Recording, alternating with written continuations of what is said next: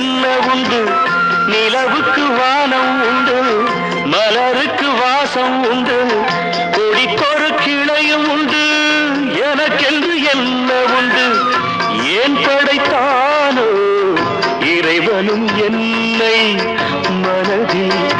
எனக்கு